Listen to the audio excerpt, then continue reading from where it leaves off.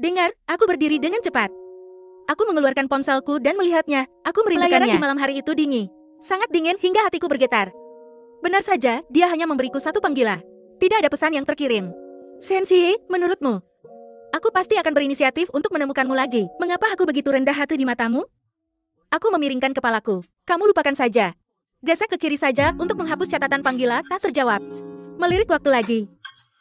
Sekarang sudah lewat jam 11. Aku akan berbicara perlahan, dan aku akan membawamu kembali. Gadis itu masih menundukkan kepalanya, dan tidak berkata apa-apa. Aku melanjutkan dengan menambahkan bahwa rumahku ada di sekitar sini. Sekolah tidak bisa kembali pada saat ini. Pihak lain mengangguk ringan. Lalu kami menyusuri jalan bersama-sama. Namaku Lui. Jalan entah kemana. Aku melihat ke samping pada gadis itu, siapa namamu? Namaku Jiang Wanying. Jiang Wanying menatap bayanganku dan berkata, jadi kau tak perlu menatapku. Apakah kau masih bisa melihat? Apakah aku sedang menatapnya? Dia tampaknya merasa sangat aman. Dia mungkin tak akan menyadari bahwa aku sedang menatapnya. Terima kasih telah membelikanku obat. Aku akan membayarmu kembali uangnya. Gadis itu berkata dengan hati-hati. Lalu dia mengeluarkan ponselnya dari saku. Ketuk 2 kali. Mendengar ini membuat hatiku gatal entah kenapa. Ternyata hanya sepele tingkat ini. Seseorang juga akan mengucapkan terima kasih padaku. Saya kesurupan. Saya mendapatkannya dari Sensei. Tidak pernah mendengar kata terima kasih. Tidak sepatah kata pun. Saat saya masih mengembara, saya melihat gadis itu dengan mulut sedikit terbuka, mata berkedip. Dia berkata dengan tatapan kosong bahwa telepon itu mati. Mungkin karena takut curiga. Dia mengangkatnya di depan saya dengan tangan gemetar. Saya menekannya 2 kali dengan sengaja. Benar saja tidak ada tanggapan. Jelas dia enggan membeli obat sendiri. Tapi sepertinya saya masih berpikir Anda tidak bisa memanfaatkan orang lain. Dia tampak sedikit kewalahan. Mau tak mau aku mengaitkan sudut mulutku, sepertinya kamu. Sedikit kedinginan. Tidak masalah, itu murah. Harganya kurang dari 10 yuan. Gadis itu terlalu malu untuk bicara lagi. Aku mengerucutkan bibirku. Tundukkan kepalamu. Aku sebenarnya cukup pintar. Setelah beberapa saat, Jiang Wanying tiba-tiba berkata dengan serius. Kepribadian gadis itu tampak sangat membosankan. Aku juga sedang tidak ingin berbicara. Kami hanya berjalan dengan tenang. Tidak ada yang bisa dilakukan di jalan. Jadi aku melihatnya sedikit. Gadis ini dengan harga diri yang rendah. Saat kami saling memandang, Jiang Wanying memberiku perasaan yang sungguh menakjubkan.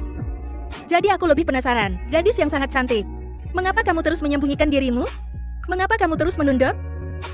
Aku menguap dan berkata, kamu harus sedikit lebih percaya diri. Aku hidup sangat besar. Aku hanya pernah melihat yang secantik dirimu. Meskipun mungkin masih sangat tidak punya otak saat itu. Anak laki-laki yang mengganggumu. Tapi kemungkinan orang lain datang untuk membantu. Seks akan lebih besar. Setelah sekian lama, Jiang Wanying perlahan membuka mulutnya. Tidak mudah diperhatikan. Saya mengerti. Sejak dia mengatakan bahwa butuh banyak uang untuk membeli obat, saya menduga bahwa pihak lain mungkin bukan dari keluarga yang sangat baik untuk seorang gadis dengan kepribadian ini. Tidak baik terlihat terlalu baik. Fitur ini harus seperti Sensei. Hanya berharga untuk menambah latar belakang keluarga. Kami berjalan untuk waktu yang lama, tapi saya tidak tahu mengapa. Saya merasa dunia hilang dalam sekejap mata. Jiang Wanying, dan mereka membawa saya ke halte bus. Aku menunggu bus di sini. Jiang Wanying memegang kartu bus. Ia berkata lembut bahwa ia akan sangat dekat dengan rumah ketika turun dari mobil. Aku melihat waktu. Tak banyak tinta yang kami dapatkan dalam perjalanan. Butuh 10 menit berjalan kaki. Apakah kau melakukan ini setiap hari? Aku membayangkannya dan merasa lelah. Rumah yang lebih murah di Sowaka. Lalu mengapa kau tak mencari pekerja di dekat rumahmu? Bahkan jika kau mengesampingkan tol di sini, kau bisa mendapat tambahan belasan dolar sehari. Aku mengangguk tanpa suara. Sepertinya aku bertanya apa? Gadis itu akan menjawab dengan jujur. Agak ajaib. Itu pekerjaan berat. Begitu aku selesai bicara, bus melaju. Dengan kehidupan yang serba-serbi. Kedua pintu itu perlahan terbuka. Si Jiang Wanying menoleh dan hendak berbicara. Aku perlahan menggeleng. Lalu ia tersenyum dan menatapku. Masuk ke dalam bis. Gadis itu hanya duduk dan bereaksi. Apa yang ingin kau katakan padaku barusan? Tapi bis sudah mulai bergerak. Ia ingin aku kembali ke toko untuk menemukannya ketika aku punya waktu. Ia ingin mengembalikan uangnya. Lalu ia segera mengambil beberapa. Ia mengetuk-nutuk jendela mobil dengan cemas. Aku pasti akan membayarmu kembali uang untuk obat itu. Saya melihat kecemasan dan beberapa gadis keras. Benar-benar lucu. Hanya tersenyum dan melambai. Saya baru bereaksi setelah bus pergi. Senyum di wajahnya membeku dalam sekejap. Bagaimana dia bisa membayar saya kembali? Bus berjalan di malam yang sunyi. Bahkan jika wajahku tidak lagi tercetak di jendela. Jiang Wanying masih telah melihat sudut kanan bawah jendela dengan linglung. Tidak ada yang menginginkan 1000 tahun dari sekarang. Masih akan ada seorang gadis konyol yang mengukir pavilion perahu. Angin dingin lainnya bertiup. Gadis itu mencari bagian dalam mantel. Ini benar-benar hangat. Tidak berpikir terlalu banyak. Saya menghentikan taksi dan akan pulang. Lin Chao dan saya sama-sama penduduk setempat. Selama yang Anda inginkan, Anda tidak bisa kembali ke asrama setiap hari. Tapi demi menjaga hubungan ayah dan anak, kami masih di asrama. Tinggal lebih lama. Taman Master Li Jing. Apakah sejauh itu? Apakah aku tersesat? Melihat malam yang kabur, aku perlahan mengeluarkan ponselku.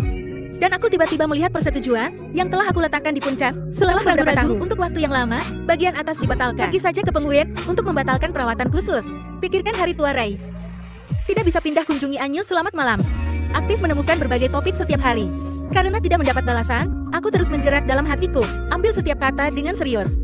Takut berbicara sampai mati. Perlakukan balasan kedua sesekali sebagai sensei. Balas terlalu lambat untuk menolak. Kamu sangat murah. Aku tersenyum kecut dan membalik diriku. Riwayat obrolan dengan sensei. Saya punya beberapa yang baru. Pihak lain hanya mengingat 2. Temukan halaman mana saja Anda dapat melihat Cheongsam hijau penuh. Beberapa yang putih. Dengan gerakan ini, pemandangan malam di luar jendela semakin kabur di mataku. Jelas, itu untuk membatalkan atasan orang lain, dan saya tidak tahu mengapa. Sebaliknya, Anda sedia. Setelah mengendus, saya mengirim pesan ke orang-orang. Bos, saya pulang. Anda bermain. Lin Chao, kembalilah. Apakah keduanya benar-benar lubang? Segenggam menambah hampir 20 kematian. Tidak apa-apa jika Anda tidak datang. Saya melihatnya dan tersenyum lembut. Hanya memikirkan si Ping. Saya melihat pesan lain dari Lin Chang. Lin Chao, saya pikir Anda akan tiba-tiba marah. Kemudian turunkan ekskavator di pekerjaan paruh waktu. Pergi, saya bahkan tidak menambahkan WECHT.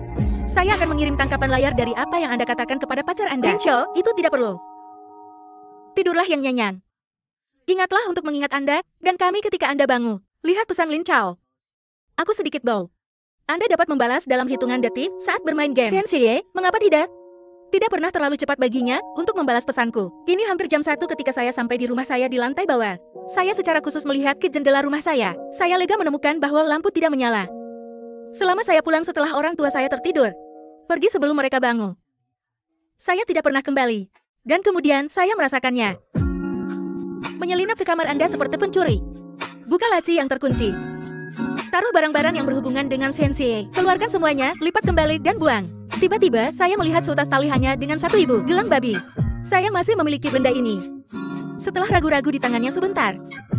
Gelang ini. Atau berbaring dengan jujur. Laci-laci kosong. Segala sesuatu tentang persidangan hilang.